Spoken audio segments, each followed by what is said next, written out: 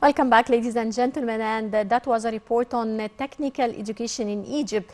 And on this topic and the educational reform in Egypt, we're glad to be joined here live at the studio by Dr. Gamal Ibrahim. He's a director of Forensic Science Lab of Los Angeles, California.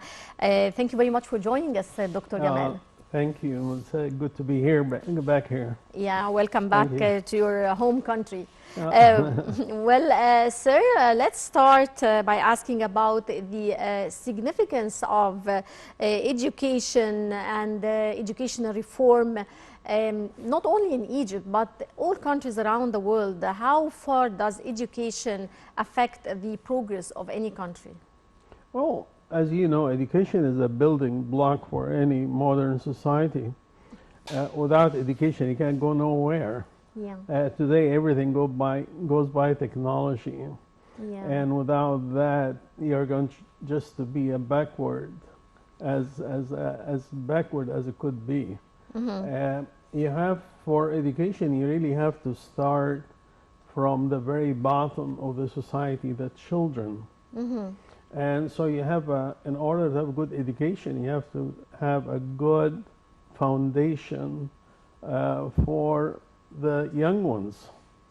So you have to have a good educational system from KG1. Yes, sure. And start from there. Many countries who tried to fix their education at the university level or even high school level, they fail. Yeah. Because of no foundation at all. Not only that, you have to start with education of science and material, but you have to start with also ethics. Yeah. Ethics is very important for every modern society.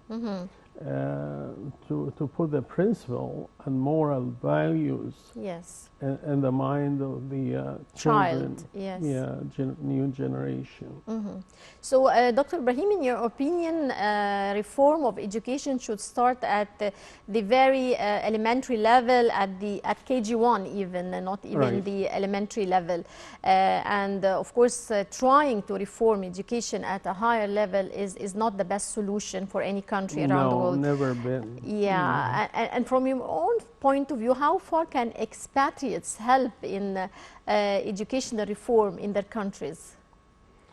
Like I said, you really have to start with a good material in science, and you have to look for the need of the society also. Let me give you one example. There's a company in Taiwan. Taiwan was a very poor country about like 25 years ago. Sure. And they were living on assistance from all other countries because it's a small island and near China and part of China. And they started this company called TSME about like 22 years ago. And they started that with no equipment, with nothing but on the people. Yeah. And now this company controls the whole world. They manufacture the chips for United States and as well as Europe and Russia, China. And based on them, war could start or war could not. And they had invested nothing but the mind of the young people. And that brought about the technology that they didn't have before. And now this company, based on what they invested in the young people, is the most important country, because without it, the whole world cannot survive. Yes. It's the only country that manufactures chips for modern societies and all around the world. Yeah. Well, we know that you conducted a research on benefiting from exchanging Egyptian and US scientists. Would you tell us more about this program? Yeah, we have University of California. We started an organization that can bring about scientists from all over the world And we focused on people in Egypt because Egypt has a lot of scientists all over the world that are migrating. Probably one of the most countries that have scientists abroad at large. And we use that to bring about many scientists from Egypt. They come to the United States, the University of California in particular, and get trained for about like 2-3 years. And they acquire a lot of experience and they come back to Egypt. And we had about like hundreds of people like that. The United States has a program to the rest of the world, but they did not really focus on the Middle East. So we got them to focus on that part of the world. In your opinion, what's the role of research centers and institutes in the development plans across the country here in Egypt? Beg your pardon? What's the role of research centers and institutes in developing plans across the country in the field of educational research? Here in Egypt, you mean? Well, to be honest, the research here are not really going very well. I have to be honest and say that. But there's a lot of efforts are taking place well, in there's this a lot of field. effort, but effort by itself is not enough. You really have to have a good plan that, like I said, that started from the very young people. Doing so much effort and at the high level of research will be short-lived. And I don't see that used to work in the past, and I don't think it's working right now. I think we have to go the hard way, the long way from education at the lower level, and we have to start mimic things that happen outside. You really have to see the need of the country and start to address it. And one of the best examples that Egypt did that is virus C. Virus C, for a long time, Egypt struggled, for almost like 30 years, struggled to combat virus C. And it didn't work. And all of a sudden, the country decided to address the need and focus on one point and be aware of the need of the country to get rid of that disease. And they did that and they succeeded. So virus C is a good measure that you can use other projects to improve the society here. You have to be minded of all of the need of the country first in order to design your development and research. Sir, do you believe that the concept of educational development in developing countries differs than that of the development of education in advanced ones? Well, you have to separate between research and development, R&D. When you talk about research means something that never happened, it ought to be discovered and be found out. Development is different. Research is equal in America and Egypt and Sudan, wherever. Why? Because you're looking for something that never been known by humanity. But when you come to development, yes, it is different from America to here, for example. Here you have to address the need of the society. You have to study the society first, and you have to measure tailor what you do to what your society needs, which is different than that one in the United States. In fact, in the United States, what you need in California is different than what you need in New York. Well, Egypt is now applying a new educational system. Educational reform is really taking place in Egypt during the past. Science Up. Egypt applies critical thinking, problem solving, teamwork, and innovation rather than memorization method that used to be taking place. This is the old system. The old system. Can we consider the new system as a new boost in this regard? Oh, well, the new system that you mentioned is perfect. But it's very hard to apply. It's very hard to change the old guard to the new guard. Yeah. It's very hard to develop the teacher that can teach that.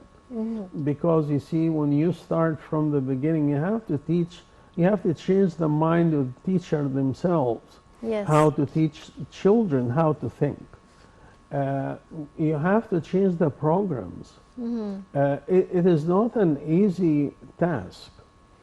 It takes almost like 20, 30 years for any society to make that leap. But I'm hopeful that Egypt can overcome that. Yeah, it takes a lot of work. And remember, we're in a deep financial recession or problem these days due to the war around the world, or Ukraine-Russian war, and it's very hard to invest in these issues. But I think Egypt is stubborn about education. And we are going to succeed at the end. Yeah. Definitely, we're looking forward to that. Sir, how do you see the significance of the quality of the teacher and training teachers? How far does it make a difference in the variation in student learning at school, depending on the teachers and their training and their capabilities? Yeah, this is a very good point you mentioned. A teacher is the core, is the nucleus of any development of any society. For example, if you look at the salaries of the teacher in developed country like Germany, United States, you find that a teacher is making more money than a physician. When you look at second, third world countries, the teacher almost have 1/10 or less salary. So if you really want to see how good the education in any country, look at the salary of the teacher and what they do. Yes. Teachers, unfortunately, in Egypt are poor people. And that but means I think the new program of developing education is focusing on developing teachers, raising their compensations. A lot is being done in this regard. That will take a long time. Yeah, it will take some time, definitely. You have to be adamant on maintaining that for years and years. And you have to have a serious program. You have to have a follow-up in ministries and see how because it's not going to take 2-3 years. It will go at least like 15-20 years in order to get the proper teacher that you need for your new generation. Sure. In your opinion, how can we develop teachers into being effective instructors? Well, like I said, you have to teach. You have to bring the teacher back to school. Yeah. And teachers, as they are not good for the aspiration of a country like Egypt. Egypt is a big country. Egypt is a well-respected country around the world. Egypt is not just a small country, and the rest of the world look at Egypt with a lot of respect. So we ought to live to that picture. You have to, like I said, you have to send back teacher to school. And you have to have new generation of teachers that is different than ever. You have to have a very ambitious plan to look at the future of Egypt and say, this is the teacher I need for that future. Yes. Well, in addition to what you've just said, what about on-the-job training for teachers? I mean, on-the-job training. On-the-job for training teachers? is How not. far does this apply? How is it applicable here To be in very Egypt? honest, it's only a band-aid. It is not an answer that is enough. It is good for the time being until you have otherwise. Yeah. On-the-job training is for a developed country that make a minor improvement. It is not good enough for a country like Egypt that wants to make a mutation in science and education and development. So it's not going to work for the time being, and honestly, I think it's a waste of money. Well, I mean, maybe educational programs for teachers that should be taking place or during their undergraduate years. I mean, their education should be more developed in their undergraduate years. Well, that would be part of it. Yeah, that is good and needed. But like I mentioned, it's not enough. Because you need to look at the whole picture. What about thinking out of the box, like having an educational program for teachers before they start their life as teachers? I mean, like 1-year program, for example, to give. Just like what you mentioned before, that's on-the-job training. That's like putting a patch. But it's not really fixing the whole problem. It's good on the stage level, but not on the total picture. You really need to start with a good program for a new generation of teachers, for a new program in school. I think they started to mimic the Japanese educational system, and that's a good idea. Because they are so advanced in that, but like I said, you really have to start with the school that teach teachers. You have to have a completely different teacher that does not give private tutoring, that respects his the future of his country and does not take shortcuts. You have to have a completely different system. You have to have a new revolution. Yes. The revolution of any country for the future is in education. Definitely. Well, sir, the Ministry of Higher Education is preparing a new program called Science Hub. Yes, yes, ma'am. That seeks to improve efficiency and effectiveness of university research and the development of laboratories. Now, how far would this project contribute to qualitative shift in research? Sure it will. Sure it will. If you have the right funding, because laboratories need a lot of money, you need a lot of equipment. In fact, there are a lot of points you can benefit from that. There is a lot of institutions in the United States that have instruments that could be donated. Egypt could do a lot of benefits if they apply to. There's a lot of resources in the United States and other countries that have scientific equipment. I think that is good for the laboratories. If you talk about developing of laboratories in universities, there are a lot of international programs for scientific equipment donation. We haven't touched any of that, so other countries use it. Even China. China borrow a lot, get donated by a lot of institutions in America. So it is a good program, but you really have to put your guts in it. Yes.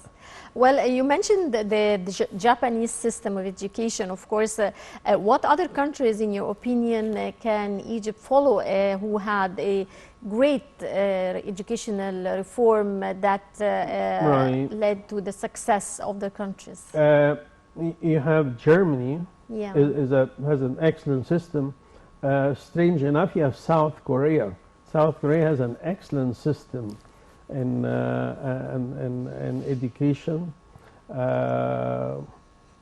You have you'd be surprised that India now have Definitely. a leap in Yes, educational system yes, yes. as poor as they are, but yeah. but they realize that, and they excel in so many endeavors. In the medicine field, in computer science, I Right. think India is excelling in both fields, Right. in computer but science South and Korea medicine. has a very excellent system. Yeah. Well, I would like to thank you very much, Dr. Gamal Ibrahim, a specialist in toxicology and director of Forensic Science Lab of Los Angeles, California. Many thanks for joining us, sir. Thank and you always very much a pleasure for having me you. with you once again, and I look forward to see you a few months from now. Okay, thank you so much, sir. And dear viewers, that brings us to the end of this edition of Cairo Local Time. Many thanks for watching, and stay tuned for more coming up here on 9 TV International.